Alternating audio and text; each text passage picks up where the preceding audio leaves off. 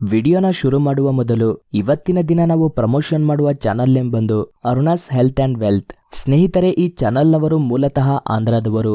ಈ ಚಾನೆಲ್ ನಲ್ಲಿ ನಿಮಗೆ ಜಾಸ್ತಿ ಹೆಲ್ತ್ ಅಂಡ್ ವೆಲ್ತ್ ಬಗ್ಗೆ ಇನ್ಫಾರ್ಮೇಶನ್ ಸಿಗುತ್ತೆ. ಇವರ ಮಾತೃಭಾಷೆ ತೆಲುಗು ಆದ್ರೂ ಸಹ ಇವರು ಕನ್ನಡಿಗರಿಗೋಸ್ಕರ ಕನ್ನಡದಲ್ಲೇ ವಿಡಿಯೋಗಳನ್ನ ಮಾಡ್ತಿದ್ದಾರೆ.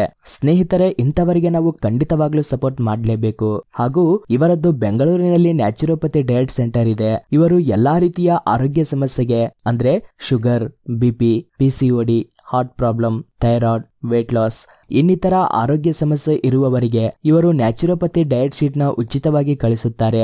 ಸ್ಕ್ರೀನ್ ಮೇಲೆ ಕಾಣಿಸುತ್ತಿರುವ ನಂಬರ್ ಮುಖಾಂತರ ನೀವು ಇವರನ್ನು ಕಾಂಟ್ಯಾಕ್ಟ್ ಮಾಡಬಹುದು. And health and wealth purpose ಈ ಚಾನಲ್ ನಿಮಗೆ ತುಂಬಾ ಸಹಾಯವಾಗುತ್ತೆ. ಈ ಚಾನಲ್ ಲಿಂಕ್ ನ ಹಾಗೂ ಇವರ ದೂರವಾಣಿ ಸಂಖ್ಯೆಯನ್ನ ಕೆಳಗೆ ಡಿಸ್ಕ್ರಿಪ್ಷನ್ ಅಲ್ಲಿ ಕೊಟ್ಟಿರ್ತೀನಿ. ಸಬ್ಸ್ಕ್ರೈಬ್ ಮಾಡ್ಕೊಂಡು ಹಾಗೆ ಡೈಲಿ ಫಾಲೋ ಆಗೋದಕ್ಕೆ ಟ್ರೈ ಮಾಡಿ. ಹಾಯ್ ಫ್ರೆಂಡ್ಸ್, ಹೇಗಿದ್ದೀರಾ? Welcome to knowledge for life in Kannada channel. ಧ್ಯಾನ ಅನ್ನೋದು ನಮ್ಮ ಜೀವನಶಾಸ್ತ್ರಕ್ಕೆ ಸಂಬಂಧಿಸಿದ್ದು.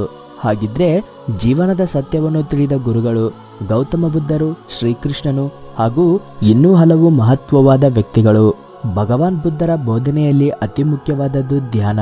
ಧ್ಯಾನ ಅಂದ್ರೆ ಚಿತ್ತವನ್ನು, ಮನಸ್ಸನ್ನು ನಿಗ್ರಹಿಸುವುದು ಹಾಗೂ ಮನಸ್ಸನ್ನು ಆಲೋಚನಾ ರಹಿತವಾದ ಸ್ಥಿತಿಗೆ ತರುವುದು. ಶ್ವಾಸದ ಮೇಲೆ ಧ್ಯಾನ ಇಡುವುದು. ಬುದ್ಧರು ಧ್ಯಾನವನ್ನು ಆನಾಪಾನಸತಿ ಅಂತ ವರ್ಣಿಸಿದ್ದಾರೆ. ಅಂದ್ರೆ ಉಚ್ಛ್ವಾಸ ನಿಶ್ವಾಸವನ್ನು ಗಮನಿಸುವುದು, ಶ್ವಾಸದ ಜೊತೆ ಕೂಡುವುದು. ಪ್ರತಿ ವಸ್ತುಗಳಲ್ಲಾಗ್ಲಿ ವ್ಯಕ್ತಿಗಳಲ್ಲಾಗ್ಲಿ ಅವಶ್ಯಕತೆ ಇರುವಷ್ಟು ಮಾತ್ರವೇ ಕೆಲಸಗಳನ್ನ ಮಾಡಬೇಕು. ನಂತರ ವಿಶ್ರಾಂತಿಯನ್ನು ತೆಗೆದುಕೊಳ್ಳಬೇಕು. ಆವಾಗ್ಲೇ ಅವು ಜಾಸ್ತಿ ಕಾಲ ಬಾಳಿಕೆ ಬರ್ತವೆ. ಉದಾಹರಣೆಗೆ ಲೈಟ್ ಮತ್ತು ಫ್ಯಾನ್, ಇವುಗಳನ್ನು ಅವಶ್ಯಕತೆ ಇರುವಾಗ ಮಾತ್ರ ಆನ್ ಮಾಡ್ತೀವಿ, ನಂತರ ಆಫ್ ಮಾಡ್ತೀವಿ.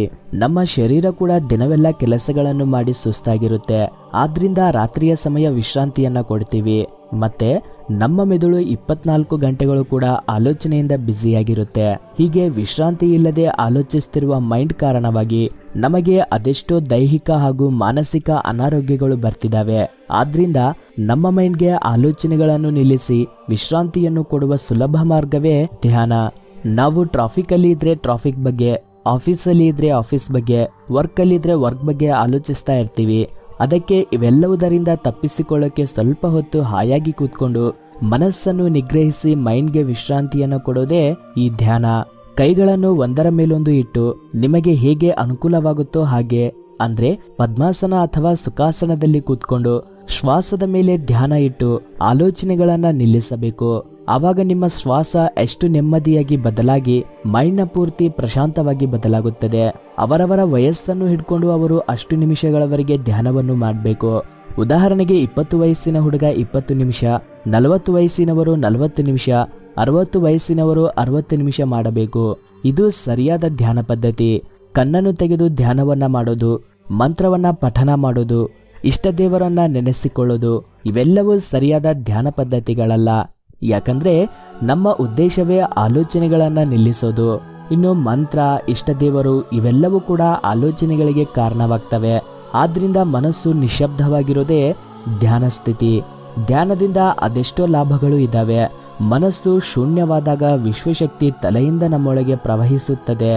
ಆ ಶಕ್ತಿಯಿಂದ ಅನಾರೋಗ್ಯ ತೊಲಗಿ ಆರೋಗ್ಯ ಸಿಗುತ್ತದೆ. ಆ ಹೊಸ ಶಕ್ತಿಯಿಂದ ನಾವು ಎಷ್ಟೋ ಸಾಧಿಸಬಹುದು. ಒಂದೇ ಮಾತಲ್ಲಿ ಹೇಳ್ಬೇಕು ಅಂದ್ರೆ ಮೈಂಡ್ಗೆ ಚಾರ್ಜಿಂಗ್ ಇಡೋದೇ ಧ್ಯಾನ. 40 ದಿನಗಳವರೆಗೆ ಧ್ಯಾನ ಸಾಧನೆ ಮಾಡಿದ್ರೆ ವಿಶ್ವಶಕ್ತಿಯಿಂದ ನಮಗೆ ಆರೋಗ್ಯ, ಎನರ್ಜಿ ಬರುತ್ತೆ. ಧ್ಯಾನದಿಂದ ಡಿಪ್ರೆಷನ್, ಟೆನ್ಷನ್ ಕಡಿಮೆಯಾಗುತ್ತೆ. ವಿದ್ಯಾರ್ಥಿಗಳು ಧ್ಯಾನ ಮಾಡಿದ್ರೆ ಜ್ಞಾಪಕ ಶಕ್ತಿ ಹೆಚ್ಚುತ್ತದೆ ಹಾಗೂ ಮೆದುಳು ಚುರುಕಾಗಿ ಕೆಲಸ ಮಾಡುತ್ತೆ. ಕಾನ್ಸಂಟ್ರೇಷನ್ ಹೆಚ್ಚುತ್ತದೆ. ಓದಿನಲ್ಲಿ ತುಂಬಾ ಮುಂದಿರ್ತಾರೆ. ಕ್ರಿಯೇಟಿವಿಟಿ ಕೂಡ ಬರುತ್ತೆ. ಹೀಗೆ ಧ್ಯಾನದಿಂದ ಅದೆಷ್ಟೋ ಲಾಭಗಳು ಇದಾವೆ. ಸೊ ಇದನ್ನು ಕೂಡ ಎಲ್ಲದಕ್ಕಿಂತ ಮುಖ್ಯವಾಗಿ ಭಾವಿಸಿ ಎಲ್ಲರೂ ಧ್ಯಾನ ಮಾಡ್ತಾ ಆನಂದವಾದ ಜೀವನವನ್ನ ಕಳೆಯಬೇಕೆಂದು ಕೋರಿಕೊಳ್ಳುತ್ತಾ ಇವತ್ತಿನ ಈ ವಿಡಿಯೋವನ್ನು ಮುಗಿಸ್ತಾ ಇದ್ದೀನಿ. ನಮ್ಮ ಈ ವಿಡಿಯೋ ನಿಮಗೆ ಇಷ್ಟ ಆಗಿದ್ರೆ ಲೈಕ್ ಮಾಡಿ ಹಾಗೂ ನಿಮ್ಮ ಎಲ್ಲಾ ಸ್ನೇಹಿತರಿಗೆ ಈ ವಿಡಿಯೋವನ್ನು ಶೇರ್ ಮಾಡಿ.